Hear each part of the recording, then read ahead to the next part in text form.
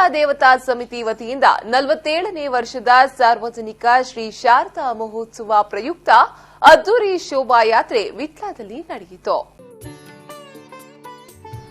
October 15ರಂದು Sharada ಮಾತೆಯ ವಿಗ್ರಹವನ್ನ ವಿಟ್ಲ ಶ್ರೀ ಚಂದ್ರನಾಥ ಸ್ವಾಮಿ ಜೈನ ಬಸದಿಯಿಂದ ವಿಟ್ಲದ ಮುಖ್ಯ ರಸ್ತೆಯ ಮೂಲಕ ಮೆರವಣಿಗೆಯಲ್ಲಿ ಪರಿಜ್ಞಾನ ಅತಿಥಿ ಗೃಹಕ್ಕೆ ತರಲಾಯಿತು.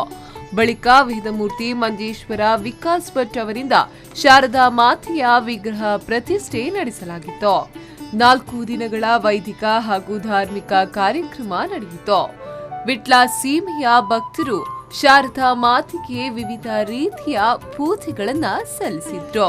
ಶನಿವಾರ ಸಂಜೆ ಅನಂತೇಶ್ವರ ದೇವಸ್ಥಾನದಿಂದ ಹೊರಟ ಭವ್ಯ ಶೋಭಾಯಾತ್ರೆ ವಿಟ್ಲದ ಬೊಬ್ಬೆಕೇರಿ 4 ಮಾರ್ಗ ಪುತ್ತೂರು ರಸ್ತೆ ಕಾಸರಗೋಡು ರಸ್ತೆಯಾಗಿ ಸಂಚರಿಸಿ ಅನಂತೇಶ್ವರ ದೇವಸ್ಥಾನದ ಕೆರೆಯಲ್ಲಿ ಜಲಸ್ತಂಭನ ಮಾಡಲಾಯಿತು. ಅದ್ದೂರಿ ಶೋಭಾಯಾತ್ರೆಯಲ್ಲಿ ಕಾಶಿ ಯುವಕ ಮಂಡಲದ ಹುಲಿವೇಷ ನೃತ್ಯ, ಹಿಂದೂ ಯುವ ಸೇನೆ ವತಿಯಿಂದ ಕೇರಳದ ಚೆಂಡೆ ನೃತ್ಯ ಗಮನ ಸೆಳೆಯಿತು.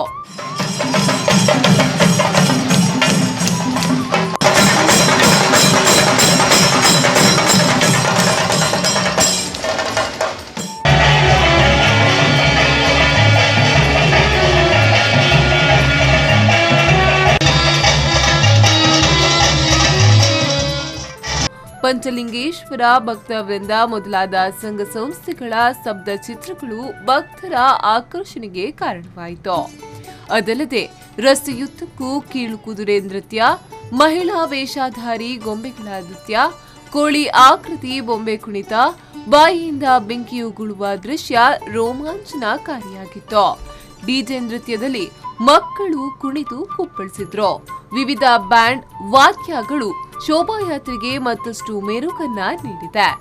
ವಿಟ್ಲದ ಬೀದಿ ಬೀದಿಗಳಲ್ಲಿ ಸಾವಿರಾರು ಜನರು ಕುಳಿತು ಶೋಭಾಯಾತ್ರೆ ನೋಡಿ ಕಣ್ತುಂಬಿಸಿಕೊಂಡರು. ವಿಟ್ಲ ದೇವತಾ ಸಮಿತಿಯ ಈ ಬಾರಿಯ ಶಾರದಾ ಮಹೋತ್ಸವ ಶೋಭಾಯಾತ್ರೆಗೆ ಅಪಾರ ಜನ ಸಾಗರವೇ ಹರಿದು ಬಂದಿದೆ.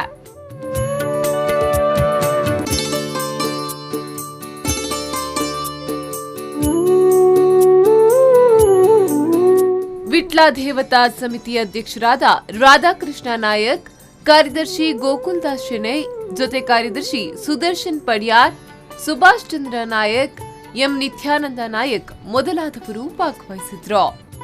Mohammed Ali, V4 News 24/7 Vitla.